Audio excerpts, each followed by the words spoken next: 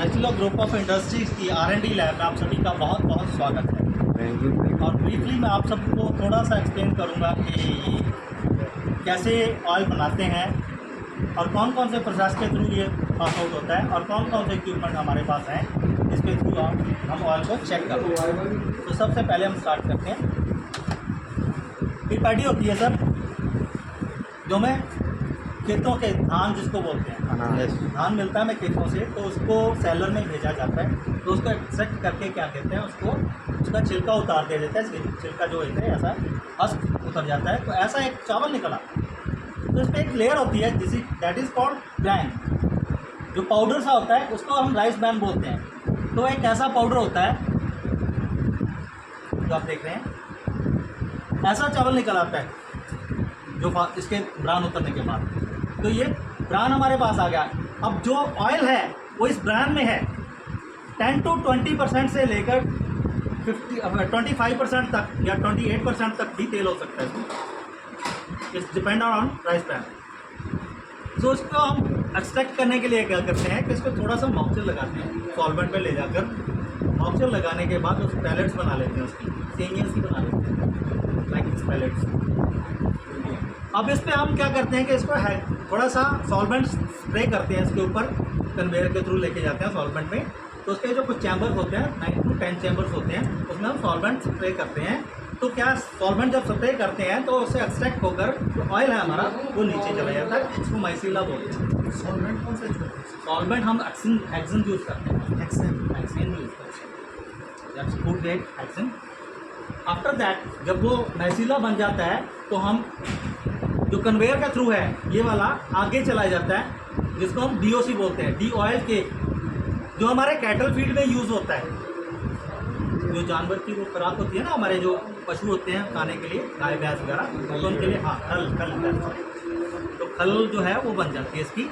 उसके बाद हमारे पास जो ये वाला बन जाता है, ये उसको आगे ले जाकर हम जो मैसिला बना है उसको हम एकोनाइजर में डालते हैं। मशीन होती है, तो उसमें क्या होता है, एक्सट्रैक्ट होके सॉल्वेंट जो है हमारा रिकवर हो जाता है। जो तेल है वो अलग से स्टोरेज में चला जाता है, लाइक दिस। तो ये क्या हो गया, अब हमारे पास क्रूड ऑयल बन गया, कच्चा तेल बन गया। अब इसमें बहुत इम्प्योरिटीज़ हैं, ऐसे तो हम खा नहीं सकते। तो इसको रिफाइन करना पड़ेगा। रिफाइन करने के लिए हमें रिफाइनरी में जाना पड़ेगा। रिफाइनरी में लेके इसको हम क्या करते हैं, सबसे पहला स्टेप जो होता है इसमें गम्स होती है। सबसे पहला स्टेप इसको डीगमिंग किया जाता है। हम इसको डीगम करने के लिए एंजाइम प्लस वाटर यूज़ करते हैं ताकि इसकी गम्स जो हैं वो निकल जाएं। सो उसका जो बायो प्रोडक्ट है ये वाली गम्स है। उसके बाद क्या करते हैं कि इसको थोड़ा सा ब्लीच करना पड़ता है ताकि इसका कलर डिटेक्शन हो जाए और कुछ इम्प्योरिटीज जो है उससे वो निकल जाए। तो उसको निकालने के लिए ब्लीचर में हम क्या करते हैं, स्पेंट अर्थ और कार्बन यूज़ करते हैं, एजिटेशन देते हैं थोड़ा सा। तो एजिटेशन देने के बाद तेल निकालते हैं फिल्टर प्रेस के थ्रू। जो हमारा कार्बन और स्पेंट अर्थ है वो फिल्टर प्रेस में रह जाती है, जिसका बाय प्रोडक्ट है ये वाला स्पेंट अर्थ। तो जो तेल है वो आगे चला जाता है स्टोरेज। तो उसके बाद क्या करते हैं, हम उसको डिवैक्स करते हैं। डिवैक्स का मतलब उसमें से वैक्स रिमूव करते हैं। जो उसमें वैक्स होती है उसको रिमूव किया जाता है ताकि तेल जमे नहीं हमारा। नहीं तो एज इट इज अगर हम उसमें वैक्स रहने देंगे तो तेल जम जाएगा। तो उसको रिमूव करने के लिए, हमको डिवैक्सिंग करने के लिए उसका जो टेम्परेचर है उसको लो किया जाता है। सो कैस्टलाइजर के थ्रू उसमें से हम जो हमारा वैक्स का है वो फिल्टर प्रेस में हम डाल देते हैं। तो फिल्टर प्रेस में जो वैक्स है वो रह जाती है, जो ऑयल हमारा आगे चला जाता है। तो उसका बायो प्रोडक्ट है ये वाला ड्यू वैक्स। तो उसके बाद क्या है, उसमें एक उसकी FFA ज़्यादा होती है। FFA को कम करने के लिए हम उसका टेम्परेचर बढ़ा देते हैं। FFA होती है उसमें जो उसको फ्री फैटी एसिड होते हैं, ठीक है जी, जो हमारे सेहत के लिए नुकसानदायक है, ठीक है। तो उसको निकालने के लिए हम उसका टेम्परेचर बढ़ा देते हैं। तो टेम्परेचर बढ़ाने के बाद क्या करते हैं कि उसमें जो वेपर्स बनते हैं उसकी जो फैटी है वो अलग स्टोरेज टैंक में निकल जाती है और जो हमारा तेल है वो आगे चलता है। उसका जो बायो प्रोडक्ट है ये वाला है, जिससे सोप बनती है या शैम्पू बनता है। उससे अगला जो स्टेप है, हम फिर उसको ठंडा फिर करते हैं, क्योंकि उसमें अभी थोड़ी सी और रिफाइंड वैक्स होती है। वो ठंडा करते हैं काफ़ी लो टेम्परेचर पर। ठंडा करने के बाद उसमें से हम जो फिल्टर प्रेस में डालते हैं तो उसकी जो है डीओ वैक्स, ये वाली जो वैक्स है वो फिल्टर में रह जाती है, जो तेल हमारा आगे चला जाता है। तो उससे आगे फिर हम एक बार फिर उसको ब्लीच करते हैं। ब्लीच करने के लिए फिर वही प्रोसेस कि हम उसमें स्पेंटर डालते हैं।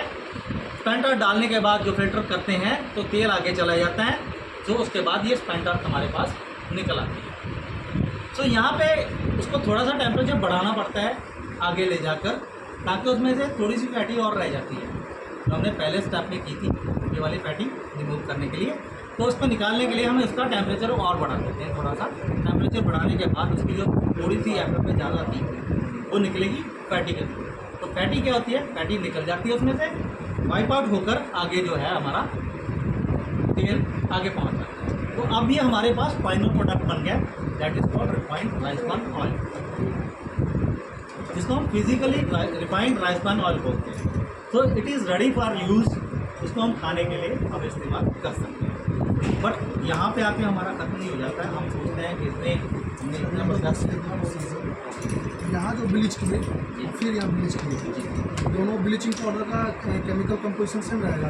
केमिकल केमिकल स्पेंटर मतलब मिट्टी होती है, ब्लीच करने के जो हम यूज़ करते हैं दैट इज़ मिट्टी, जिसको हम पत्थरों से मतलब हाथ से उसमें एक कार्बन होती है। कार्बन को आपने चारकोल देखा होगा, तो आरओ में भी लगा होता है चारकोल, तो वही चीज़ है। वो दोनों चीज़ें हम मिक्स करके उसी के थ्रू हम इसको फिल्टर करते हैं, उसी के थ्रू हम इसको साफ करते हैं। केमिकल हम कहीं पे भी यूज़ नहीं करते। मैंने कहीं पे भी आपको बताया नहीं है कि कहीं पे भी हमारे यहाँ केमिकल यूज़ नहीं होता है। सो इसीलिए हम इसको कहते हैं कि that is the refined, physically refined rice bran oil.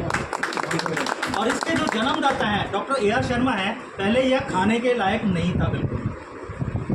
इस इंडिया में अगर किसी ने खाने लायक बनाया है तो यहाँ के CMD हमारे डॉक्टर AR शर्मा, उन्होंने